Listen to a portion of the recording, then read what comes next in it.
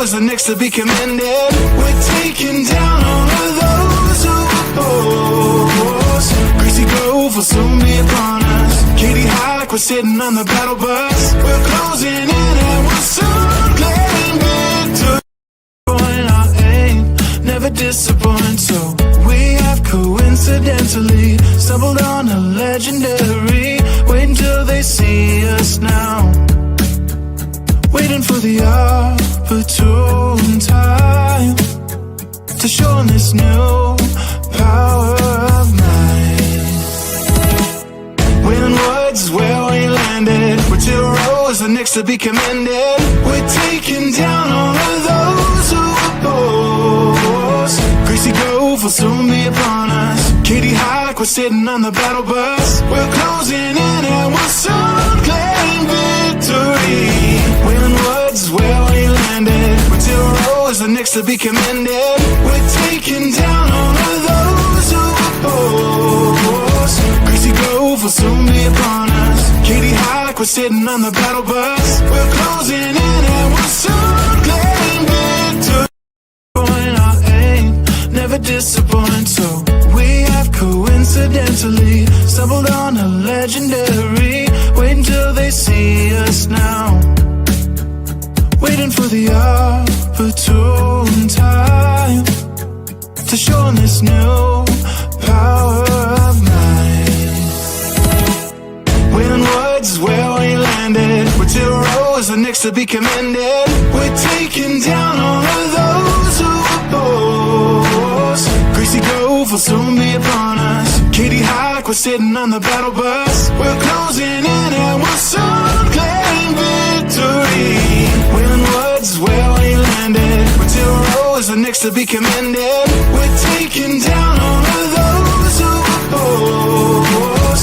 Greasy Grove will soon be upon us. Katie High, we're sitting on the battle bus. We're closing in and we'll soon claim victory. Our aim never disappoint, so we have coincidentally stumbled on a legendary. Wait until they see us now, waiting for the opportune time to show them this new power of mine. Wailing Woods is where we landed. We're 2 rows are next to be commended. We're taking down all of those who oppose. Greasy Grove will soon be upon us. Katie High, we're sitting on the battle bus. We're closing in and we'll soon claim victory. Wailing Woods is where we landed. We're 2 rows are next to be commended. We're taking down all of those who oppose. Greasy Grove will soon be upon us. Katie High, we're sitting on the battle bus. We're closing in and we'll soon claim victory. Our aim never disappoint, so we have coincidentally stumbled on a legendary. Wait until they see us now, waiting for the opportune time to show them this new power of mine. Wailing Woods is where we landed. We're 2 rows are next to be commended. We're taking down all of those who oppose. Greasy Grove will soon be upon us. Katie High, we're sitting on the battle bus. We're closing in and we'll soon claim victory. Wailing Woods is where we landed. We're 2 rows are next to be commended. We're taking down all of those who oppose. Greasy Grove will soon be upon us. Katie High, we're sitting on the battle bus. We're closing in and we'll soon claim victory. Our aim never disappoint, so we have coincidentally stumbled on a legendary. Wait until they see us now, waiting for the opportune time to show them this new power of mine. Wailing Woods is where we landed. We're 2 rows are next to be commended. We're taking down all of those who oppose. Greasy Grove will soon be upon us. Katie High, we're sitting on the battle bus. We're closing in and we'll soon claim victory. is the next to be commended. We're taking down all of those who oppose. Gracie Grove will soon be upon us. Katie Hike, we're sitting on the battle bus. We're closing in and we'll soon claim victory. Our aim never disappoint, so we have coincidentally stumbled on a legendary. Wait until they see us now, waiting for the opportune time to show 'em this new power of mine. Wayland Woods is where we landed. We're 2 rows and next to be commended. We're taking down all of those who oppose. Gracie Grove will soon be upon us. Katie Hike, we're sitting on the battle bus. We're closing in and we'll soon claim victory. Wayland Woods is where we landed. We're 2 rows and next to be commended. We're taking down all of those who oppose. Gracie Grove will soon be upon us. Katie Hike, we're sitting on the battle bus. We're closing in and we'll soon claim victory. Our aim never disappoint, so we have coincidentally stumbled on a legendary. Wait until they see us now, waiting for the opportune time to show 'em this new power of mine. Wayland Woods is where we landed. We're 2 rows and next to be commended. We're taking down all of those who oppose. Gracie Grove will soon be upon us. Katie Hike, we're sitting on the battle bus. We're closing in and we'll soon claim victory. Wayland Woods is where we landed. We're 2 rows and next to be commended. We're taking down all of those who oppose. Gracie Grove will soon be upon us. Katie Hike, we're sitting on the battle bus. We're closing in and we'll soon claim victory. Our aim never disappoint, so we have coincidentally stumbled on a legendary. Wait until they see us now, waiting for the opportune time to show 'em this new power of mine. Wayland Woods is where we landed. We're 2 rows and next to be commended. We're taking down all of those who oppose. Gracie Grove will soon be upon us. Katie Hike, we're sitting on the battle bus. We're closing in and we'll soon claim victory. Wayland Woods is where we landed. We're 2 rows and next to be commended. We're taking down all of those who oppose. Gracie Grove will soon be upon us. Katie Hike, we're sitting on the battle bus. We're closing in and we'll soon claim victory. Our aim never disappoint, so we have coincidentally stumbled on a legendary. Wait until they see us now, waiting for the opportune time to show 'em this new power of mine. Wayland Woods is where we landed. We're 2 rows and next to be commended. We're taking down all of those who oppose. Gracie Grove will soon be upon us. Katie Hike, we're sitting on the battle bus. We're closing in and we'll soon claim victory. Wayland Woods is where we landed. We're 2 rows and next to be commended. We're taking down all of those who oppose. Gracie Grove will soon be upon us. Katie Hike, we're sitting on the battle bus. We're closing in and we'll soon claim victory. Our aim never disappoint, so we have coincidentally stumbled on a legendary. Wait until they see us now, waiting for the opportune time to show 'em this new power of mine. Wayland Woods is where we landed. We're 2 rows and next to be commended. We're taking down all of those who oppose. Gracie Grove will soon be upon us. Katie Hike, we're sitting on the battle bus. We're closing in and we'll soon claim victory. next to be commended. We're taking down all of those who oppose. Greasy grove will soon be upon us. Katie Hike, we're sitting on the battle bus. We're closing in and we'll soon claim victory. Good evening, everyone. Welcome to Unplugged Unfiltered. I am Brian Clements alongside Bob Clements, and tonight we are talking about the freedom myth. So it is a myth. It is a myth. And I just noticed I'm starting my business because I want freedom. Okay, you I'm are. gonna adjust our TV That's all right. while we're talking. You are living a myth. Yes, entrepreneurship creates so much freedom that you don't know what you're going to do with your time because you have. What am I going to do with all my spare time? Well, we were just talking about this. It's I was responding back to an email about 35 seconds ago, and they're like, "Oh, I'd love to sit down and have lunch with you." It's like, "Oh, that's great. Can we work it around my meetings that I have booked from 8 a.m. until 8 p.m. every night?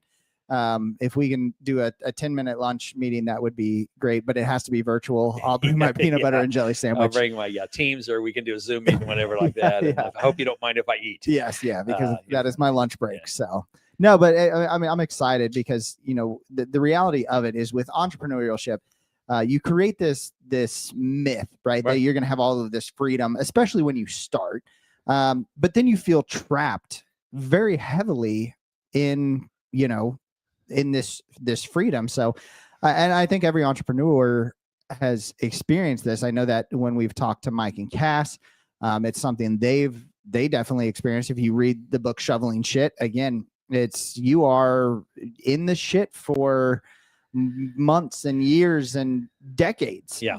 So no, it's going to be a great podcast tonight. So well, I think again, like you say, when you started, and we've all been there. I mean, you've been this with Triton and your new business there, and there will be freedom at some point. I always tell people, again, I'm at a point in my business now where I basically work Tuesdays, Wednesdays, and Thursdays, and then through my own stupidity, then I book some stuff on Fridays because I have a dealer that says, "Oh, I really need to meet with you, and any chance we can meet it on Friday?" And you go, "Sure, we can meet on Friday." But again, you do get to a point where you have freedom. Yeah.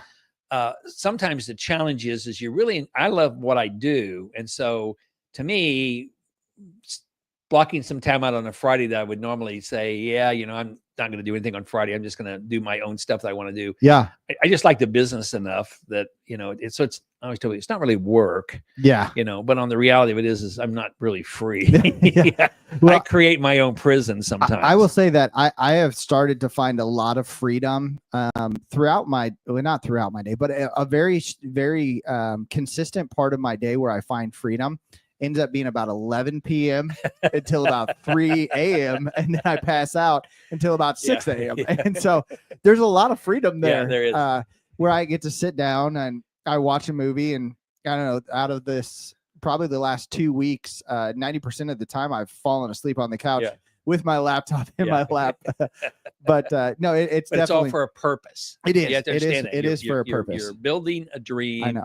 And it won't last forever. I mean, when you're 80, 85 years old, you'll be free. 100%. Yeah, that's what I'm looking for. Maybe in a funeral home, laying prone in a casket, but you will at that point be free. I will be free. You will be free. I realized that I didn't turn our lights on, so I'm going to turn our lights on because we are very dark on the screen right now. Okay.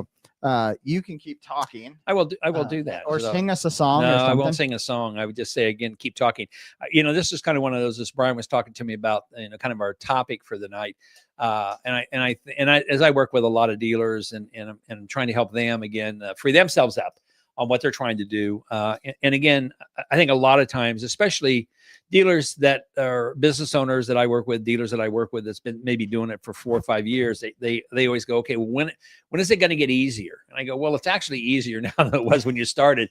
You just have so much post-traumatic stress syndrome. Oh, yeah. You have so much PSD that, every time the phone goes off, it's like a shell that blew up behind you. You're like, here comes another pissed off customer. So I said, it really is easier. You just are a little bit more desensitized to it and do it. So I said, it does get easier progressively. And then there's moments where it was easy, and all of a sudden things twisted. Yeah. You had a twist to it and things like that. But again, the ultimate goal in business is to have freedom. Yeah. And that's what we want to talk about tonight. How do you get it? How do you get yourself there? You're going to put a ton of hours in. I don't know if anybody's ever listened or followed Martha Stewart. So Martha Stewart, she started at 50 years old when she started the Martha Stewart business. She's 81 or 82 now, full of energy. And if you ever listen to anything, if you ever get a chance, listen to her speak and talk about her life and her business. It's fascinating. But this is a woman that says, basically, if you're going to be an entrepreneur, you're just going to work your ass off all the time. Oh, yeah, absolutely. But like she said, but she really enjoys what she does. Yeah. So while she's working all the time, I think she's 81 or 82. Yeah.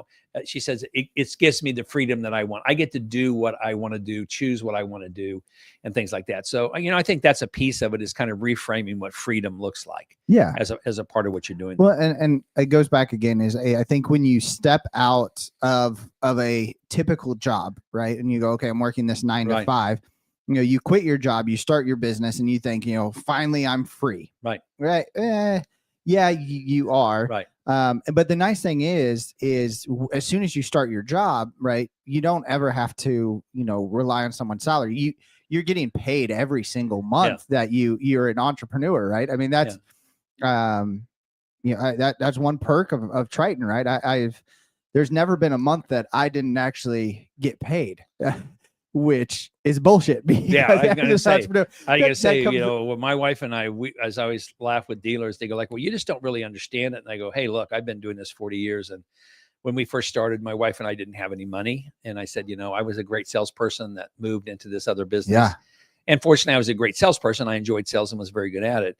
But I said, when you start off, most businesses don't start off with lots of money. As a matter of fact, if you do, you probably suck as a business owner. You just had parents that felt guilty and they gave it to you. Yeah. But again, so you work your way through it. I laughed. I said, my wife and I have written a lot of checks to ourselves that we needed to write from a tax purpose, but we couldn't actually cash. Yeah. And I said, so that's a part of it. Absolutely. You go through it and do it. So it gets a little tiring, but there is freedom there. And I think, again, if you're looking at, well, I don't have the kind of freedom I want. You still got more freedom than if you were working for somebody else. Absolutely. Because they're still dictating your life. They're still telling you what to do. They're still telling you when to be there. Yeah. And they're the ones that are making all the plus side on it. And you're a slave to this business. And again, nothing wrong with that. Every businesses need people to work for them. And not everybody can or should be an entrepreneur. Yeah. We all have to have people that work with us. And there's nothing wrong with that. But again, entrepreneurs, for the most part, see this mecca called freedom out there. I want to be free. I want to do my own thing and stuff like this. And again, it is a little bit of a myth, because I don't know that most people ever have the freedom that they think they're going to have in it. And but it doesn't mean that you can't work toward that. Well, absolutely. Well, and I think that you can create, and I know we're going to get further into this, but there's a lot of ways that you can create freedom inside of entrepreneurial side of things, whether that's, adding the right employees, adding the right processes. There's a lot of things, and we're going to get more into that. But, it's that again, it's that freedom is the reason you started. But now a lot of times it becomes the thing that you're missing, because again, you start missing time freedom. Right. You're working 80 hours a week. You're not getting a paycheck. Sometimes, and you've encouraged me a lot of times, as much as I've at times been like, okay, well, I'm not going to take anything from the company. I want to make sure that the company continues financially to stay healthy. But then you're like, but you always come back. Tell you. Yeah. But, as you're the one steering the boat, right, you have to consistently put energy back into yourself. Exactly. And so if you're burning, if you don't take care of yourself, you can't take care of the business. Absolutely. And that's something that I think it's hard for entrepreneurs to, it's like, well, I'm getting by, or, that bill, they won't start calling me for collections for 3 months. Yeah, exactly. You go, it'll be fine. I just got to make it 3 months. Make it 3 months. And then you're so far behind that you're like, Oh holy man. shit. Yeah. Like, I hope how- I can make my payment this month and still only be 3 months Yeah, behind. absolutely. So, but you have to take care of yourself. You do. And And I a think, little bit. yeah, I mean, again, you in the very beginning, you don't have lots of capital, you don't have lots of things like this. So you're trying to not take any more than you have to. But again, as I stress to you all the time, and I stress the same thing to my dealers, if you don't take care of yourself financially, then your business can't survive. As a matter of fact, if the business can't generate enough for you to pay yourself something that's reasonable, Yeah. not exorbitant, but reasonable, then it's really a hobby. It's not actually a business, Yeah. right? So if you're not being paid, Might as well take up knitting. and exactly. I always tell my owners, I said, if I had you come to work for me, Mhm. and I said, I'm going to pay you what you're making now, and you're still going to work the same hours you do now, would you take the job? And they go, well, hell no. I go, because, I'm worth more than that. And they go, there you go. Right. Yeah, You got to absolutely. understand it. So you got to build a business to do it. And there's sacrifices in the beginning.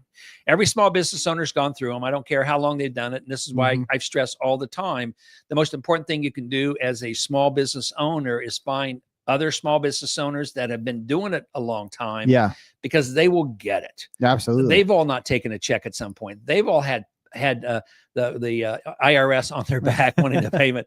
They've had all this stuff. I know a lot of times you look at these people and say, well, they've never had to fight that. They've all fought this. Yeah. Right. They fought it. And then they've got the business. They built the business now to a point where they do have freedom with it. Yeah. And I'm just a big advocate of, you've got to be around people that are more mature business owners, not young people, but more mature business owners, because they've just got a different perspective on things. And as I say all the time, then shut up and listen to them and do what the hell they tell you to do. Yes. Right. Yes. The biggest mistake is don't think you know more than they do, because you don't have the experiences. You don't have all these things there. Just listen to them. Again, that's kind of the perk of the Shoveling Shit book, with Mike and Cass. They've had all the experiences, you know, and if you sit there and read the book and go like, well, that doesn't apply to me, well, then you're an idiot. Yeah. Okay. Because everything in that book applies to anybody. Or it doesn't apply to you yet. Doesn't apply to you yet. Yeah. Exactly right. Yeah. You've got a shovel in your hand. You just think you're shoveling gold and it's still shit. Right. 100%, So, yeah. So, I think that's the piece of it there, and again, too many times in business, Brian, we end up building, thinking we're building a business, and ultimately all we're doing is building us a new job. Yeah. And you think you've built a business, but all you have is you've just built a different job. That's all you've done. Well, yeah. And it's one of those that I think can create a substantial amount of burnout, right? If you're not careful with that, because your job now becomes to build a business, and you're like, okay, I built this incredible business. Like you said, no, you built a job, but your job is now to build a business, right? And it doesn't come easily by the terms of what people would think that entrepreneurship. I mean, you see it on social media. It's like, oh, all you have to do is sell this course, and all you have to do is this, and you're now successful. And it's like, you built a business that's stressful, expensive, has no vacation, and got a boss that sucks because they're you. So that's what you built, right? Oh, 100%. Yeah. So it's stressful, expensive, you got no vacations, and your boss sucks. That's the business that you build. And then, our goal tonight is say, okay, well, then how do we turn that around? How do we flip the script on that? So, well, and that's something that with Triton, luckily I have an incredible COO who comes along and says, you guys don't bother Brian with this shit. But it's still, I'm at a point still where I'm currently handling every customer issue. I keep sending them to you. Like, oh, let me have Brian reach out and do a demo for you on the software. Now that's going to change soon, but right now I always say, Brian, I'm sorry, but they're really excited about the software. And I'm like, absolutely, this is a good customer. Take care. I'm free from 11 p.m. to 3 a.m. What time? Most of my dealers go, well, I'm still up then anyway, so that'd be great. Yeah, I'm still signing checks, dealing with customer issues, trying to approve marketing ideas. And that's something that I do still as a business owner, and Michael, my chief operating officer, he's like, Brian, just fucking stop it. Like, we have a marketing team, right? Just let them. I'm like, well, but you didn't have a marketing team to begin with. I think that's the thing. You get to a point like in your business now, so you've got somebody that handles HR, because you're bringing on employees, and somebody's handling accounting, and somebody's doing this and this and this. But you didn't have that in the beginning. You're like every other small business owner. you did every job, right? Yeah. Everything that happened in the business that you had to touch. And so you're at the point, like a lot of small business owners are saying, okay, right. And for your software company to grow, you've got to let go of those things. Yeah, Right. absolutely. So that you can do what you do, which is promote your product, be the creative side with the folks, the software developers, Dave and them, that can be creative and say, hey, look, this is what we're looking for. I don't know if it's possible, but I know, Dave, you can do it. No, Okay. So they always come back and say, well, everything's possible with time and money. Time and money. Exactly. That's always software. Yeah. Software will do anything as long as you got time and you don't care about the money. We can make that work. So, but I think that's a piece of it again. And, so like in the beginning, you're like every other entrepreneur, you handle every problem, every issue that comes up, you have to handle, you sign every check for every vendor and things like that. Everything that does with marketing, from your logo and all the things that you see now, that was stuff that your team didn't create. That's the stuff that you created. Your team has it and they're working on building it out or whatever. But, the name Triton came from you. The logo came from you, everything there, and then you're at a point where, and this is kind of the transition that you're making now, I've made with my team, but the business only works if you're there. Yeah. And that's the thing you've got to get away from. You've got to get the business to a point where if you can't step away for a week or 2 weeks, right? Then the business it's just, you're self-employed. Okay.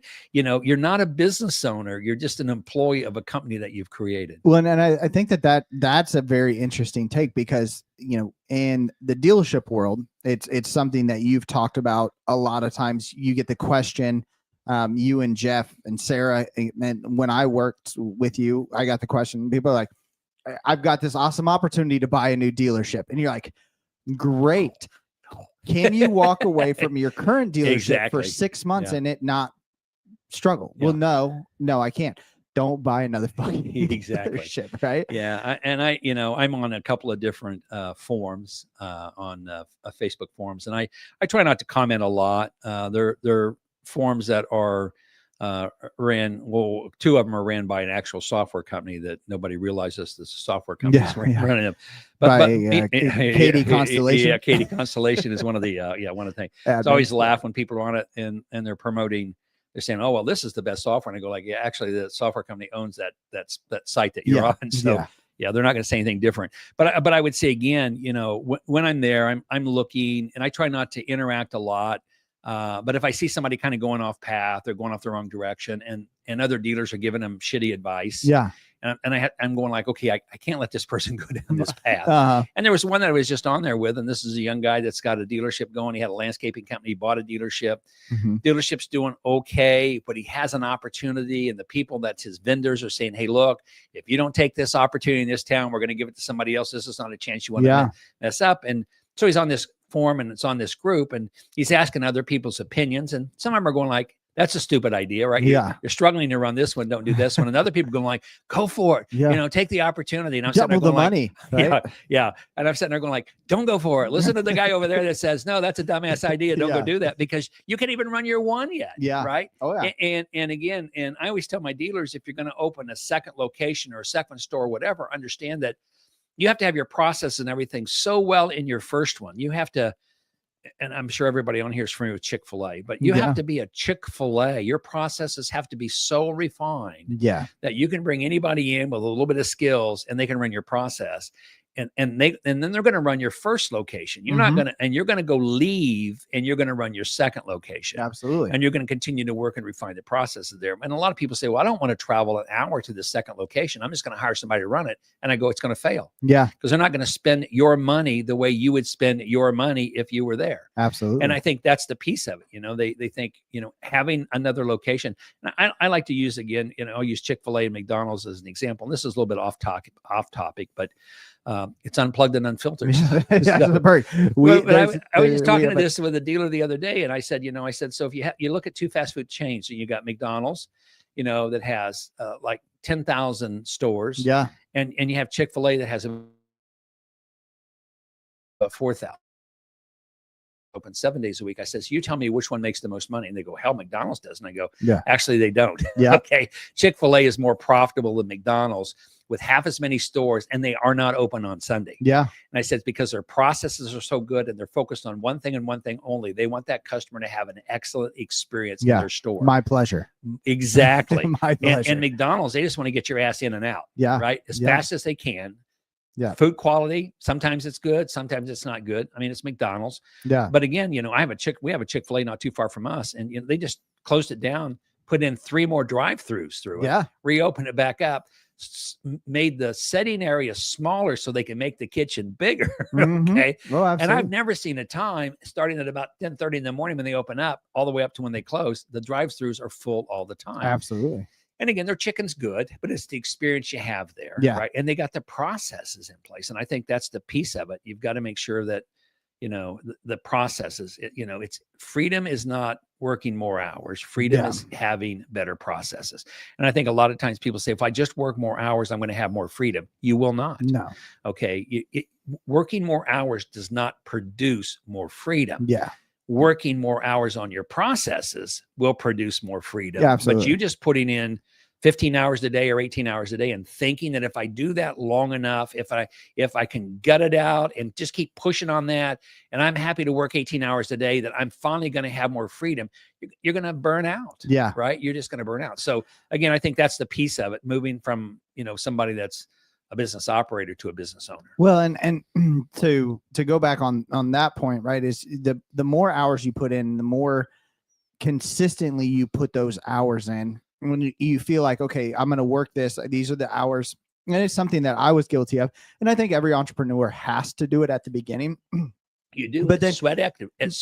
But then you get into a point where it's like, I got to a point where I felt guilty when I wasn't doing 12, 15 hours days. Right. And it was like, I'm like, okay, well, I'm going to still sit at my computer and do something. And I was taking other people's jobs away from them. Right. It's like my marketing team. I sent them a video. I was like, oh, hey, I was sitting down watching a movie and I was working on a video. Here's my video. You guys can use it if you want. You don't have to use it. But I realized it's like, I created this monster, which is I have to work 18 hours a day. Right. And I didn't or don't allow myself to relax. And so I would say, yes, you have to put in that sweat equity, but also create a boundary for yourself so that, you go from that operator to that owner perspective. Absolutely. Absolutely. And again, you have to start out that way. Yeah. I tell people again, you are going to put in a ton of freaking hours in the beginning. Yeah. It's just, it's the ante into the game. It's just what you're going to have to do. And then to your point, Brian, the hard part is you then start feeling guilty because you're working now 12 hours a day instead of 18, and I tell people, so you work a half a day, you work the first 12 hours or last 12 hours, what's a half day, absolutely. And then you start feeling guilty. And I think that's the piece you have to get past. You have to get past this feeling of guilt that I'm not working hard enough, therefore my business can't be successful. And I would say you worked hard enough in the beginning, you spent your time building processes out. Now your business can actually be successful. Absolutely. If all you're doing is working on it all the time, like say all you are is the poorest paid, best employee that you can ever have. Yeah. Right. I mean, and I said, and your boss sucks because they'll just let you do it as long as you want to do it. Yeah. So, so it is getting over that. And it's kind of like you were talking about with marketing. I mean, there's nothing wrong with you coming up with ideas. Yeah. I think that's a part of what an entrepreneur is there for. Entrepreneurs are, let's face it, most of them ought to be on, Ritalin or something like that. They, they have attention deficit disorder, and there's nothing wrong with that because their minds are super creative, has the ability to bounce around a lot of it. But the piece of it again is saying, okay, I've got an idea. I want to throw it out, see what you guys can come up with, or see if you can come up with a better idea. So you can always throw the idea out. Yeah. But leave it open that I want you to run with my idea. Here's an idea I have. Yeah. Run with it. I know I read a ton. I love to read. And when I was traveling a lot, I'd probably read easily a book a week. Yeah. When I'm on airplanes and stuff like this. And that's something you never hear me say. I know. I never hear you would listen to a book a week if there was audio. Yeah. But I love to read, and I love to read business books, all different kinds of business books. And I always laugh because when I used to come back from a week being out and I would sit down in their conference room and I'd say, hey, here's something I think we should try. And they go like, so what book did you read while you were gone this week? I go, I read this book and this is a really cool idea. And I think we'd apply it here. there. And so, but I learned again, and they always laughed. And I said, we don't have to do it, but I think it's kind of a cool idea. You know, how could we make this happen? And my goal always in business is not incremental growth, but to leapfrog. You know, I tell all of my dealers, you know, we don't want to be a little bit better in 2026 than we're in 2025. We want to leapfrog. We want to do that. And so I'm always looking for ideas that are what I call leapfrog ideas. You know, going from a Nicoa phone over to an iPhone or something like that. You know, this big leap. I went from a phone that had a camera to a computer. Yeah, absolutely. You know, things like indestructible phone though. Those the Nokias. Nokias were I mean, they were. But you did have to pull the antenna up to make them work. You did, but when you put that antenna down, you ran it over with a tank. You could still make a code. I mean, I'm pretty sure that how do you say it now? I know. Yeah. Anyway, I know what you're talking about. Anyway, with those phones, I'm pretty sure that a dinosaur in Jurassic Park 3 ate swallowed one. Yeah, shit it back out. And it still worked. You could hear it ringing. You could hear it ringing. Exactly. Yeah. But Nokia. Nokia. Yeah, the Nokia phones. I mean, they were like the best. They were. But you know, again, that's the piece again. So, you know, there's nothing wrong with coming in new ideas. Yeah. And again, but I think to your point is what you have to do is say, hey, I have an idea. It is just an idea. I am currently thinking out loud. See what you guys think. See if it makes sense for us to do. And again, so you're always, as an owner, as an entrepreneur, part of what your job is to throw out ideas, to be thinking outside of the box that you're building. I always laugh with my my owners. They go, well, you know, I just went to a workshop the other day, and it says, stay inside your box, stay inside your box. And I go, well, you want your employees to stay inside of your box. I need you outside of the box. Absolutely. I need you looking for new ideas and things like that. So, you know, but I think it's good to do that. And again, the downside is if you come up and say, I want you guys to do something with this, then they pretty soon just simply coalesce to you and they say, okay, well, we'll wait till Brian tells us what the next thing to do is. And you don't want that built in the team either, you know? So, well, and I that's something that I have, you know, not to continually go back to what I'm doing, but you are a little self-centered tonight. I want you to know. I am in this growing process of a new business. And so one of the things that I've been really, really focused on is spending a couple hours every single day finding new technology that can improve my team. Absolutely. You're right. So I come to the marketing team and say, hey, Sora 2's out, right? It's invite. Pretty cool. It's invite only. You cannot get into it unless you get an invite. And I tasked my marketing team. I said, we need to figure out how to get an invite into this. My team went out. And did it cost me money for them to go do this research? Did they lie, cheat, and steal? Oh, no. I don't. I don't even want to know. No. I don't want to know. But anyways, they got it. They finally found someone who had an invite. We got the invite, and now our team is doing this. And I look at it from a development side. I look at it from a marketing side, from a business side.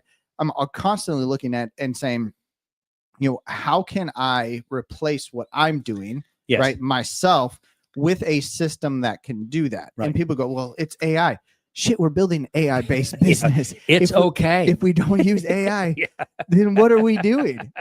So anyway, I encourage my team and I try to find new technologies. I try to find new things that can amplify our marketing, amplify our customer responses, whether it's even like Red Rhino, you know, with Rhino AI, we're working with them on doing AI receptionist and phone calls and text messages. And there's a lot of incredible things that are out there that I was just doing myself. So I didn't burden my team because I can delegate, but it's still my baby. And so I'm having to learn how to say, okay, here's a system, how to do this. I built this system. Now I'm going to delegate like I actually mean what I'm saying, and saying, okay, here's what we're going to do. Here's what I need you guys to do. I'm going to go focus on building this business. Right. I need you guys to focus on running this business. But I think a lot of times entrepreneurs have a hard time delegating their tasks because, well, I can do it better. I can do it faster. I can do it more efficiently.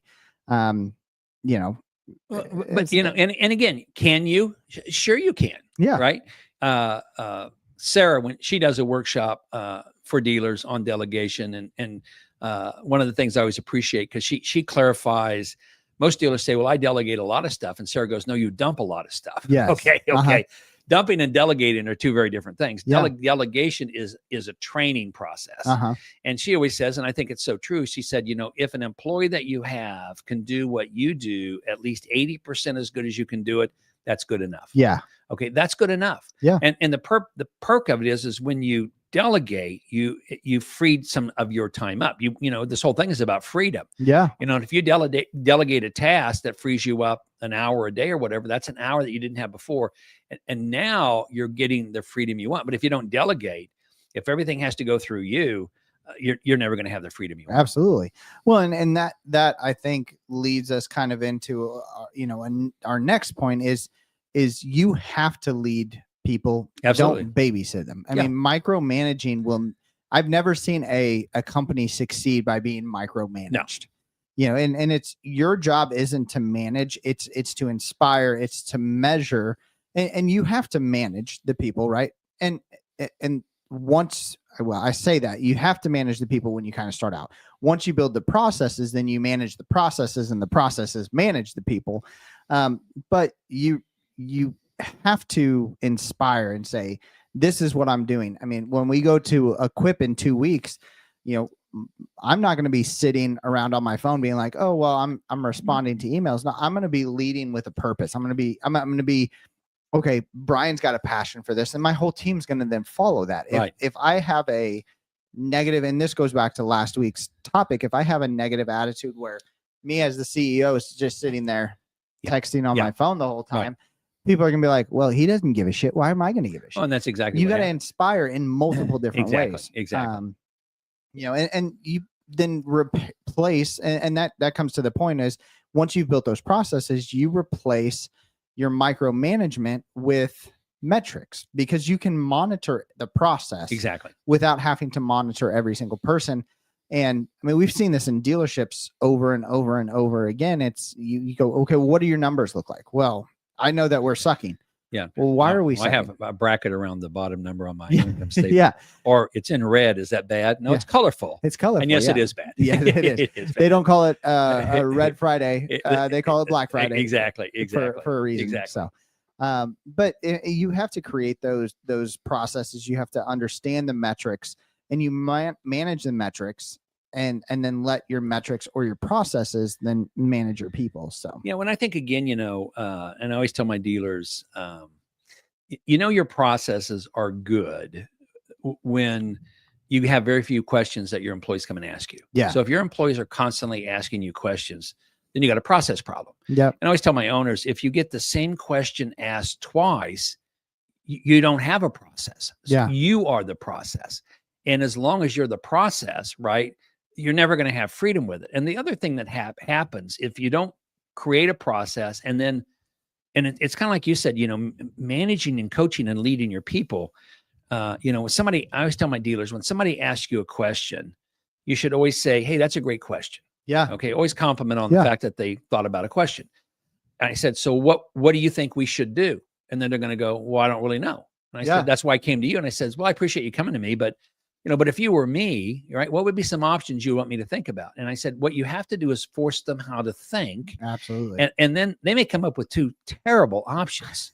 Pick the best of the worst one and say, of your two options, this is probably the better of the two, but here's some things you could do to improve it. Yeah. And what you're starting to do now is you're starting to lead your people. You're starting to teach your people how to think.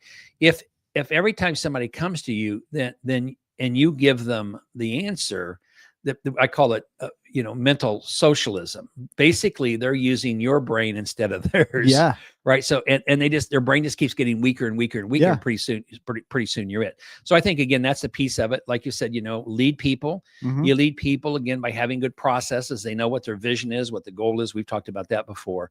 And then again, having good processes to get there, and then coaching them to the process. And I mean, that's the big piece. And there are a lot of people out there. I don't say a lot of people. There are people out there that do micromanage, and micromanagers, for the most part, are people that are very insecure with themselves. Yeah. And so I always tell people, again, don't micromanage, get good processes, coach, and then, dear God, lead your people. And then, like you say, Brian, then it goes back to the numbers and the metrics. Yeah. And make sure that when you're leading them, they know what numbers you're trying to hit. I did a workshop on Monday with a group of service managers with a golf car company. Yeah. And I was asking them, I said, what are the things we should be measuring in the shop? And they go, well, revenue. I go, well, no. Yeah. I said, revenue is a result of other things that we measure. Yeah. I said, what's your number one key metric? What's the number one thing that your service techs need to be aware of that you're measuring every day? At the end of every day, you balance it out. And I said, it's productivity. How many hours were they there and how many hours were they on work orders? Yeah. And they go like, oh, okay, well, we don't measure that. And I go, well, then your software sucks because your software should measure that. I said, but on the other hand, and I said, but they should be at least from a performance standpoint at 85%, 6 hours of every 8-hour day, they should be on work orders producing revenue. And a person said, well, what if they're not? And I said, well, then we have to figure out why they're not. Yeah. This goes back to coaching again. And we coach them. And if they can't get there at 85%, then we have to terminate them. Yeah. I said, but that's all because of metrics. I'm not making a decision to terminate because I just don't like you anymore. Yeah. I'm making a decision to terminate, or I'm making a decision to train because the metrics tell me that's what I need to do. Yeah. Well, and I think that one thing that entrepreneurs have to understand is control is an illusion. Right. I would agree. You can have a kite, right? And you're flying this kite and you've got 8 inches of string out, and you're like, oh, the kite's flying. Well, is it flying or is it being fully controlled by you running at full speed? And that's what, with a kite, right? I can make a kite fly as long as I'm running as hard as I can. Exactly. As fat, as long as I the can. string on it's only this long. Yeah. Exactly. But once you start to loosen that grip, then it suddenly starts to take flight. Right. And you let the wind control it. You let the wind take it and let the wind do what it's going to do to that kite. There's going to be times where it ebbs and flows. There's going to be times where it pivots. I mean, Mike and Cass talk about it all the time. Sometime your kite's going to pivot. But if you don't allow your people to do that, then you've created this illusion that, oh, I'm controlling this whole thing and it's working exactly how I want. Well, it's working exactly how you want because you're running 18 hours a day. Exactly. It's great. Yeah. And I think that's a great point, because a lot of people, they want their business to soar. So we're going to use your kite analogy. They want it to soar, but they don't want to get it out. They don't want to let it get out of control. Absolutely. And so they hold it real tight. Yeah. The reality of it is, to your point, it's not soaring at all. Matter of fact, if you stop running, it falls. Okay. So you're putting all the force into it. It soars when you start letting the string out on it, when you start allowing your employees to catch some of the wind. Yeah. And understand that a kite doesn't fly by having it run with the wind. A kite will only fly when you force it against the wind. Absolutely. And it's the same thing with your people. Your people start to soar when you create and give them opportunities for adversity. Yeah. That wind hits them. Yep. Right. And you've trained them and you've coached them and you got good process in place, but the wind starts to hit them. Yeah. And they're dealing with the wind and they're fluttering a little bit, but the more times they get hit by the wind, the higher they go. Yeah. And now you're creating a business that soars. So I think your kite analogy is just a perfect example. Well, and it's exactly like what you were saying is when an employee approaches you with a question, right? Respond with a question. It's like, well, what do you think that we should do? Right. And now we've unwound a couple strings on that kite. Exactly. And they go, well, shit, I hit wind. I have to think for myself. Exactly. I have to move and flow. And the more you do it, the more comfortable they will get. And then once you get past the trees that are creating a turbulence in the wind, right? It's an airplane, right? Yeah. It's bumpy until you get to about 35,000 feet, and then it's not as bumpy because you're above the storm. Yeah, that's a good point. Ground creates turbulence in the air. So as the soil heats, air rises, and that's why you have bumps in the air. It comes from the soil heating underneath, and it creates these bumps in the air that you have turbulence with. The higher up you get, the less impact the bumps have. Yeah, okay, because at 30,000 feet, there's not as much bump at 30,000 feet as there is at, say, 2,000 feet. Yeah. And so you got to let them get past that.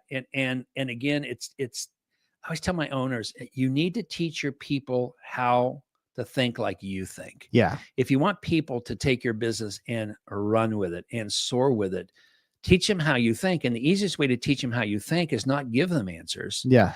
But ask them, if you were me, what would you do that would be both good for the customer, but also good for us? Yeah. right? Because as a business owner, when you make decisions, especially if there's a customer involved, you always have to ask yourself, what's the best thing to do for the customer and the best thing to do for me? And sometimes the best thing to do for the customer isn't the perfect thing for you. Yeah. But I want this customer to come back. And so I'm gonna lean into him a little bit. I have a dealer, you're familiar with Harvey and Diane Woods over absolutely. in Wisconsin. I was on a meeting with Harvey and Diane and their son Jason today.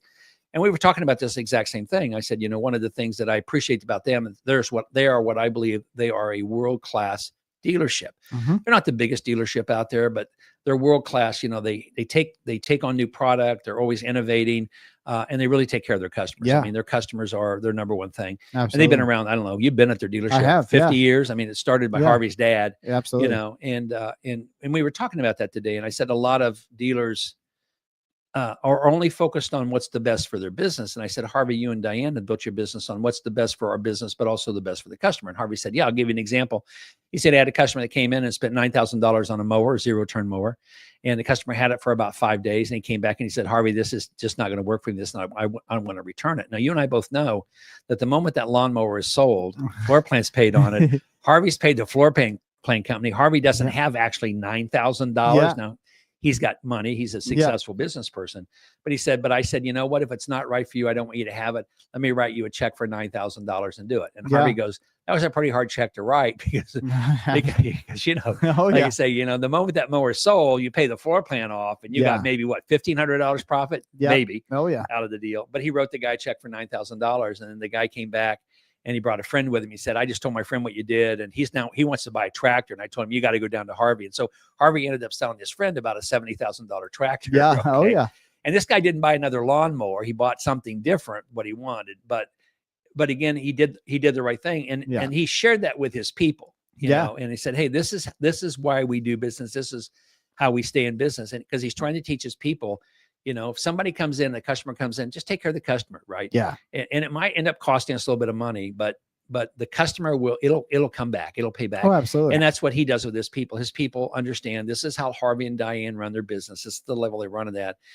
And they've been around long enough to know that they can make a decision like Harvey or Diane would make a decision. Yeah.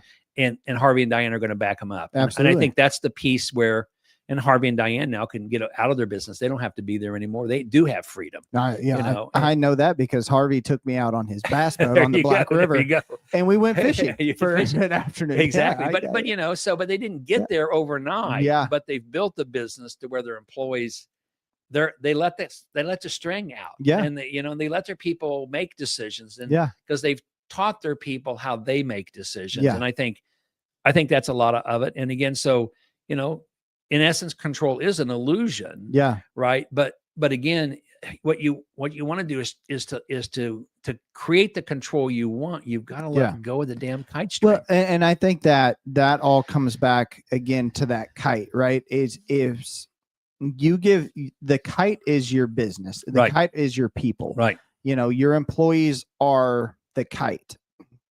As long as you build the right process. Absolutely. It always comes back to the handle. Exactly. Right? This is the business that I wanted to build. This is the model. This is how I want to treat my customers. Right. As long as you built the process right, that kite's always connected to the string. Exactly. Which you still are holding. Exactly. You still have it. And you say, this is where I want to shift. This is how I want to move. But your people, you don't have to go to every single person. You say it to the string. Exactly. Right? I'm going to move the string over here.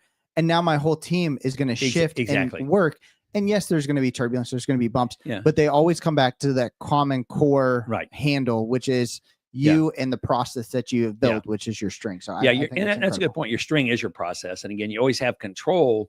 You always have your hand on the string. But again, the higher the kite gets, you can now make the kite do some pretty incredible things because the people, your kite, number one, have the confidence that they can make decisions that you're not going to fire them for. Absolutely. You've taught them how you think. You've taught all those things there. And again, it's kind of going back how you think. I always tell my dealers, and when somebody comes to you with a problem, say, hey, that's a great question. Yeah. Right. So what do you think we should do? What would be best for us and for the customer?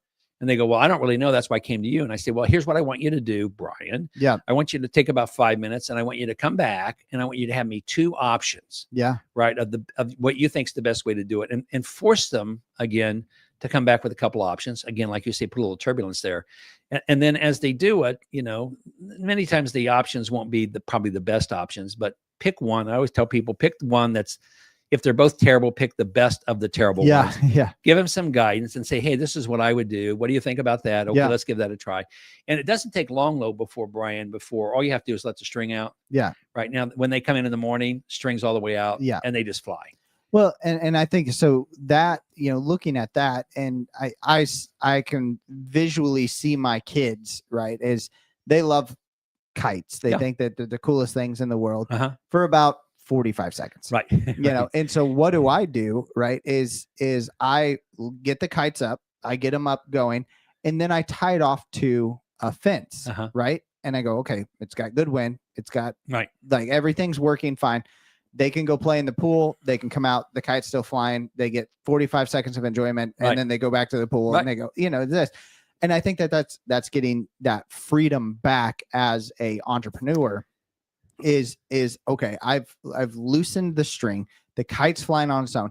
I'm going to come check on it once an hour to see, okay, maybe the wind's changed direction. Right. Things exactly. And I'm going to move it now to this fence post, or I'm going to move it to this fence post. But from that perspective, how do you go about saying, if I came and say, hey, Bob, I've let my kite go, it's tied to a fence post. How do I start to get my freedom back as a entrepreneur? Well, I think, again, using your example, so I've got it tied off on the fence, which gives you the freedom that you're looking for. Yeah. Periodically, you go back and say, okay, did the wind change? Did some things change here?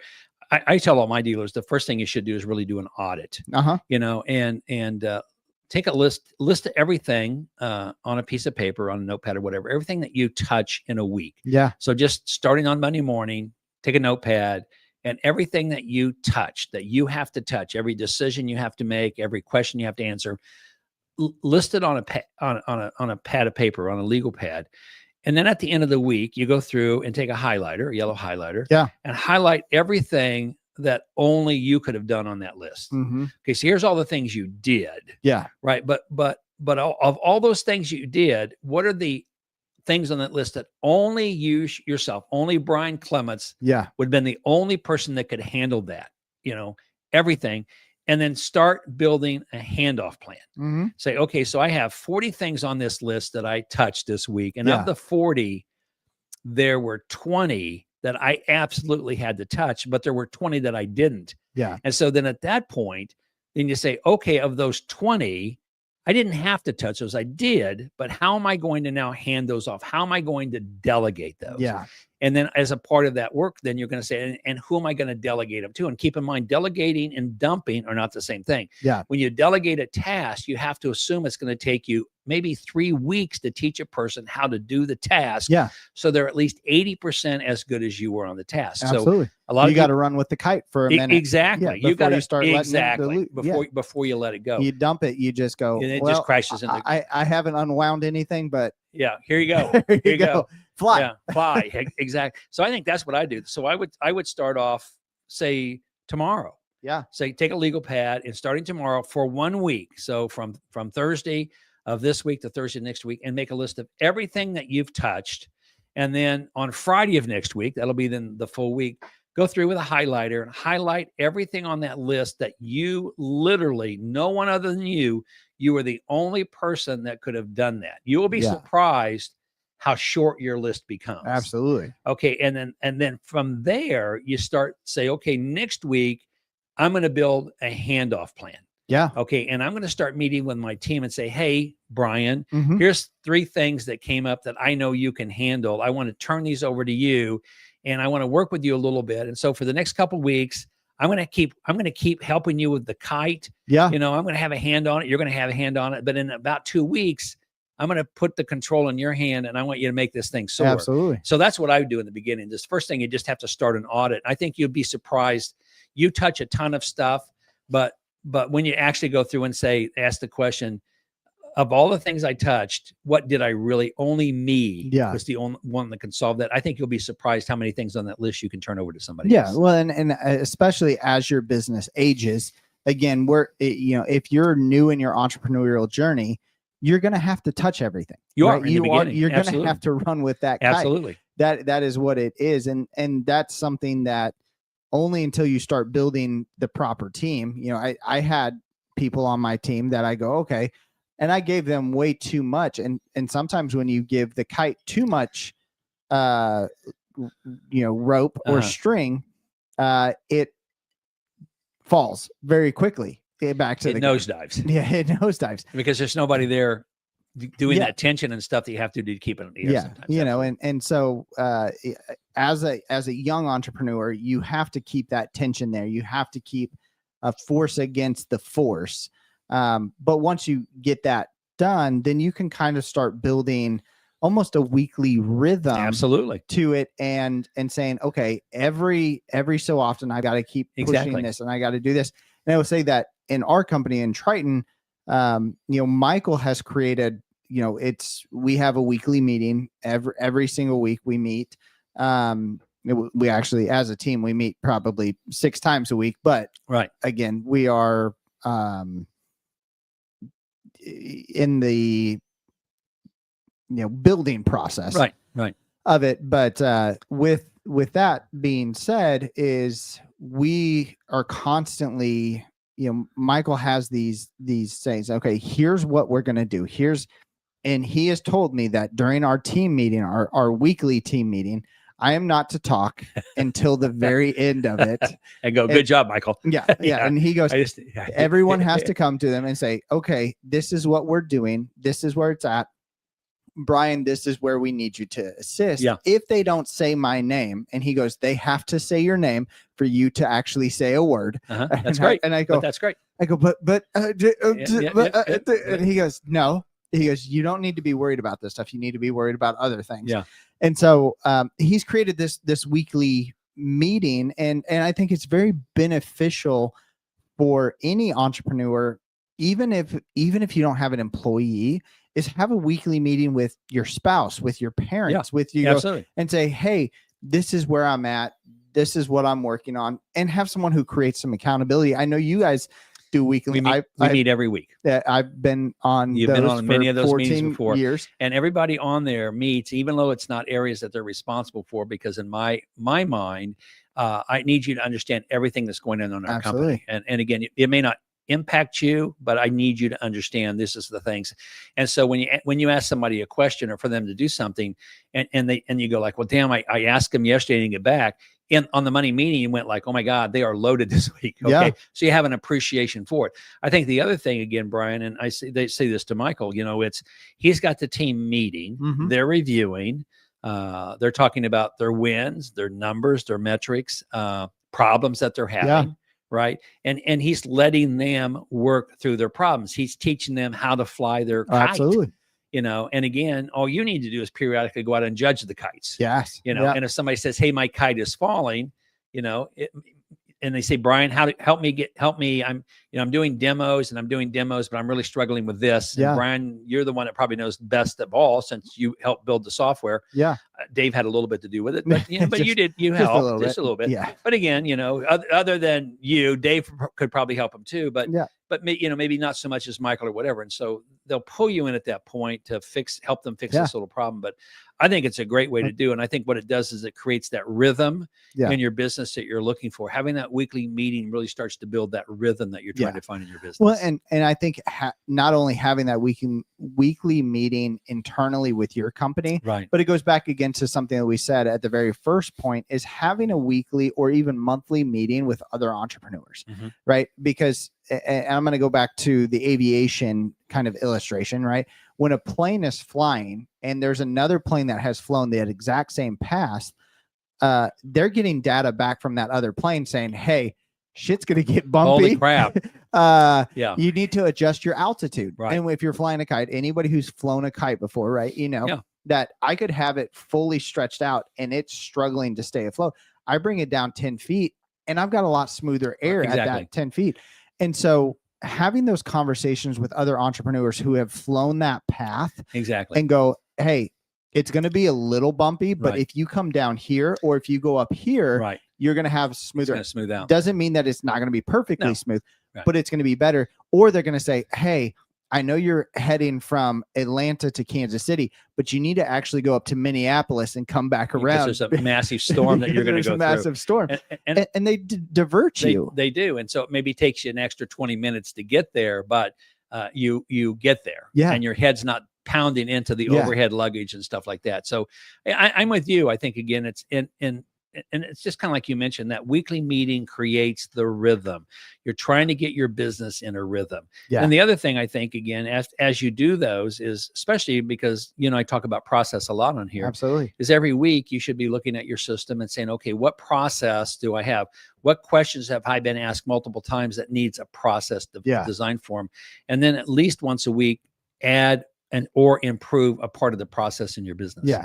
Well, and as you've done that, right? So you're letting your people go, you're auditing it, so the kite's gone. You come back and check on it every once in a while. Right. You're perfecting the process, and that comes back to that, even, kind of reinforcing that audit step. Right. And say, I'm creating a new system. I may be moving my kite around, or, hey, I actually have the ability to let another kite go. But then you get to a point where you have to take a day and just unplug from your business. That'd be a great name for a podcast. It would be. I wish Unplugged we and unplugged. But you're exactly right. You got to unplug from the stupid thing. You got to tie your kite off to the fence and walk away and watch your kite for a little bit. Well, Absolutely. And it doesn't mean that you have to completely back away from everything. I will say that Wednesday nights for me are and again, Unplugged, Unfiltered. Right. We unplug. We still talk about business, but we're doing something that it removes us from our everyday daily task. We're not making business decisions for an hour. All we're doing is talking about. We're having a good time talking about business and stuff like this, and hopefully helping other people. If we don't, it's unfortunate for them. Yeah, they wasted an hour. but at least they got to see a cool background. Exactly right. At least I got to see a cool back. But again, and you got to unplug from it at some point just to see if the damn kite will fly on its own. Yeah. And the moment it flutters or wobbles, don't run back and grab it. Yeah. Right. Maybe it just got into a little bit of rough air. Just sit there and watch a little bit. Now, if it's starting to nosedive, go grab it, get it pulled back up. Give the person that was flying a little bit of instruction, right? But don't take the kite away from them. Yeah. Give them instructions, because your goal, if you want to open multiple stores, multiple facilities, if you want to franchise or whatever, you're going to have a lot of kites in the air. Yeah. You got to get the first one and understand how to get the first one to fly. It's kind of like we talked about, you don't put a second kite in the air until you've got the first one to a point where you can tie it to a stupid fence post and just let it fly. Absolutely. So, and I think that kind of, as we're wrapping up here, that tying it to a fence post, letting it fly, right? That is you being able to redefine your freedom. Absolutely. Of what being an entrepreneur you are free is. At that point. I can just sit there and watch the beauty of what I created. Absolutely. And that's the freedom that you get. And but it takes some time to do it, but it is available. Yeah, I mean, you can get there. You absolutely get there. Well, and we talked about this when we did the podcast with Cass and Mike. Is you have to define, as an entrepreneur, you have to define, what does freedom look like for you, right? Because freedom to every single person is different. It is. It's freedom is I could just not be working for someone else. Yeah, that could be my freedom. It could be something that I truly hate enjoy. This person. Yeah. I don't want to work for him anymore. I'm going to work for myself. It'd be better. Even if it sucks, it's still better than that. And that could be freedom. Or for me, like me, true freedom is having the time and the money to be able to do what I want when I want. Exactly. That's my freedom. Right. Now, I also have a freedom that I have set for my company, which is empowering dealers to be able to not be tied down. Exactly. My whole goal with Triton is to build freedom inside of dealerships. Right. Once I have seen that succeed, and I have the ability to say, okay, I can step away from this. The company is going to run the way that I want it to run. Right. I've set the string, built the processes. Right. It's going to run, and it's allowing this freedom. That's my true freedom is seeing happy, successful, dealerships. I've envisioned myself in 5 years being able to drive down a road, and which is great, Brian. I'm glad. I'm excited I'm mean, excited that that is your passion. I really am hoping at some point that I can get my driver's license and drive down a be able road. to drive down the road. But no, I truly envision myself being able to drive down a road and see a dealership stop in that's running Triton and say, "Hey, where's your owner at?" Oh, I don't know. I haven't seen him for 3 weeks. He's in Wisconsin on a bass boat. Yeah, and and then I go, "Know what? We have done," and I can talk to that employee and say, "What's your workload look like?" Well, it's about a third of what it was before we had Triton, right? Right. And that to me is my freedom. That is my success. And I think every entrepreneur needs to define and create, what does your freedom look like? What does success look like for you? Build your processes to that, create your string that is going to fly that kite, so that when you hit that point, I have the freedom that I initially set out to create in my entrepreneurial journey. Yeah. And I think, again, the first step always of making a change is an awareness. Yeah. And so if you're sitting there going like, I'm aware I am not free. Yes. Okay. So you made the first big step there. Now you have to go back and say, okay, so now I'm aware that I'm not free. So what's the action step you're going to take? So what's the step you're going to take to do that? And then I always tell people, freedom starts from the moment that you realize that you've got to stop being the bottleneck. You got to start stop being the person that's hanging so tight onto the kite that you won't let it fly. Absolutely. So, I mean, and as we kind of close this up, it's. I really want to talk more. So that's fine. I mean, I don't really care. It doesn't affect me if you talk more. But the reality of it is, so if you feel trapped right now, that's okay. Yeah, it's exactly. Good. It's good. It means that you are aware of what's going on. Exactly. Right. It like you just said, that awareness is in itself a freedom. It is. But also understand that I feel trapped. I need to build processes. I need to build system. I need to give my people the power to replace me. Let that kite fly. Right. That's my whole goal in my company.